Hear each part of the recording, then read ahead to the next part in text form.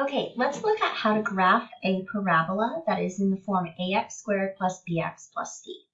So remember, we know that when we want to find the axis of symmetry, we can use the formula x equals negative b over 2a. And when we want to find the vertex, we can use that number that we found with negative b over 2a. And then to find the y value, we can simply plug this x value into the equation, and there's our y value for our vertex. So in this, we have a is 3, b is negative 6, and c is 5. So just by looking, I know if a is 3, it's positive, so therefore it must open up. And I know that if c is 5, then I know that the y-intercept must be at 5. So let's go ahead and let's do negative b over 2a. So b is negative 6. You have negative 6 over 2, and then a is 3. Negative 6 becomes positive 6, and 2 times 3 is 6. That simplifies to 1. So our vertex, x value, is 1. So to find the y value, we need to plug in 1 into our equation. So what we're going to type in our calculator is 3 times 1 squared minus 6 times 1 plus 5. And so that ends up being 2. So our vertex is at 1, 2. That also means our axis of symmetry is at the vertical line x equals 1. So let's go ahead and let's see if we could graph what we know. So we know our vertex is at 1, 2. That's right here. We know it opens up, and we know our y-intercept is at 5. And then we know that we have an axis of symmetry going vertically. They always go vertically on parabolas at x equals 1. This dashed line is the axis of symmetry. So now, if this is my vertex, I could make a table to go ahead and try to find more points to each side. So the vertex is at 1, 2. Then I could go ahead and plug in 2 and 3 and see if those are numbers I can graph. I already know that 0 is at 5 because that's the y-intercept. So let's see, using my calculator, if I can go ahead and plug in 2 and see if that's a number that is possible to graph in this situation. So when I plug in 2, I get 5, which does make sense because it is symmetric to this point right here. Now, if I plug in 3, that number may be larger than that fits on this graph without changing the scale. It comes out to be 14. So maybe I want to try instead 2.5 so that I can get another number on here to graph. It's always best for the shape of your graph if you can get the vertex and then 2 points to the right and 2 points to the left. Okay, so 2.5 gives us 8.75. We can estimate that. So here is 8, so 8 3/4 would be about right here, which means we would have another point. If you think of this point as being 1.5 boxes to the right of the axis of symmetry, then you need to go 1.5 boxes to the left of the axis of symmetry. That would be right here. Or plugging in our points on our table, you could find out that if we went negative 0.5, we would be there. Okay, so now if we try to draw on our curve, we try to want to make it not too much of a V shape, which is a little hard when doing with a mouse. Honestly, it's easier with pencil. But that would be the curve of my parabola. So that is graphing the function. Now it says to describe the domain and the range. Let's just go ahead and do that right here. The domain is all real numbers. Now the range, keep in mind what you do is you figure out, okay, it starts here at 2, and then it goes up forever. So that's y is greater than or equal to 2, and that is the domain and the range. Okay, let's try another example like the previous one. So let's go ahead and start with doing negative b over 2a to see what we can find out about our graph.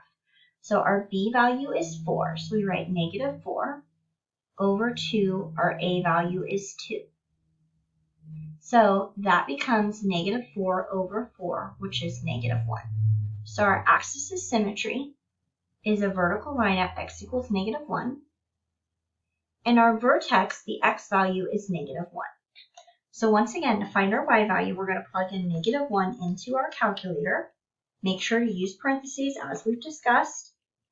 So we're going to do 2 times negative 1 squared plus 4 times negative 1 plus 1.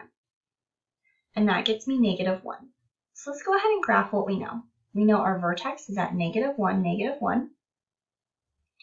And we know we have an axis of symmetry going through x equals negative 1.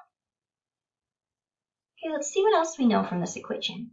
Because the a value is 2, it is positive, so that tells me that it is going to open up. And the c value is 1, and that tells me that the y-intercept is at 1.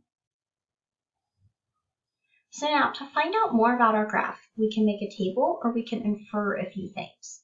So what I mean by that is, we know, for example, that our vertex is at negative 1, negative 1. Now, a point to the right is at 0, 1. So if we go back, if this point is 1 to the right of the axis of symmetry, the dashed line, then 1 point to the left would be right here. And we could check by plugging in our calculator. If you plug in negative 2 into the equation, then you will get positive 1. So let's go ahead and go back one more point on either side.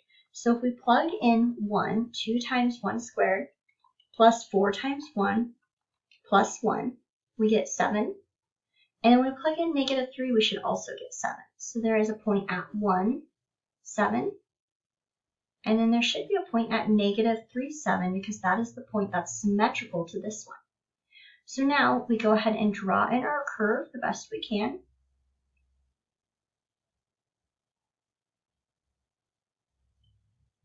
Okay, and so there's the graph of our function.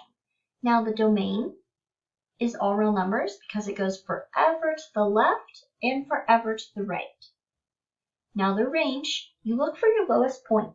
How you can tell your lowest point, or in some cases your highest point, is by looking at your vertex. So we know from our vertex the lowest this goes is negative 1. It starts at negative 1 and it goes up forever. So with range we use y.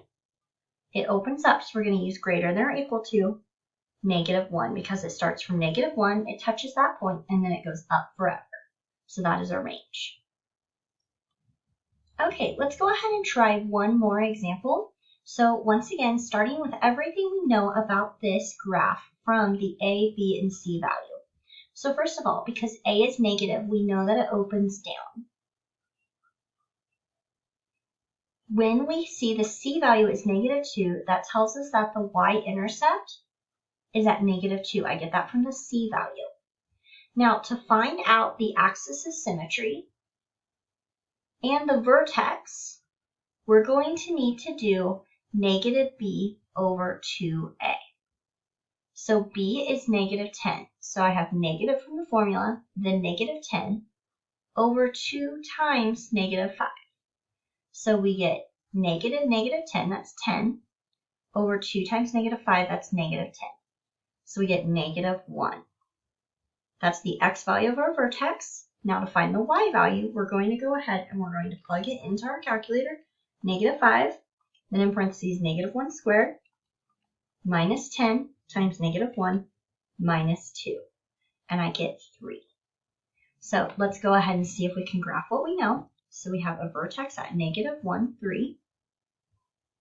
It's right there. And then we have an axis of symmetry at x equals negative 1. I like to go ahead and draw it in.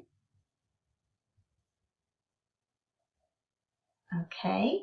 And then we also have a y-intercept at negative 2.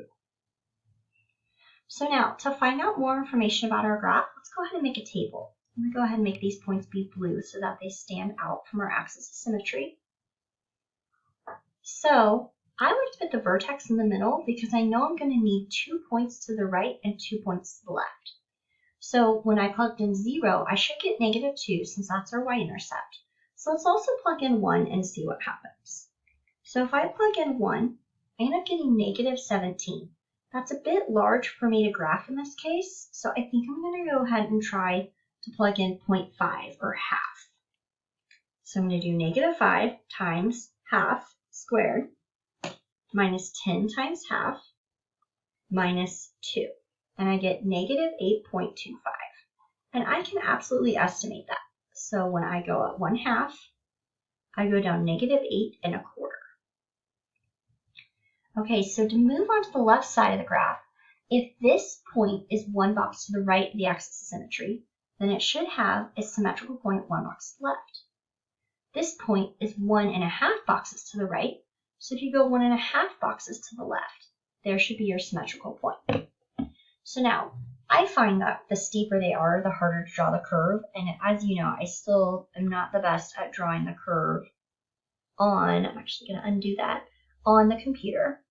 So, if you just bear with me, we try not to make it too sharply V'd, if possible, and then we come back down over here.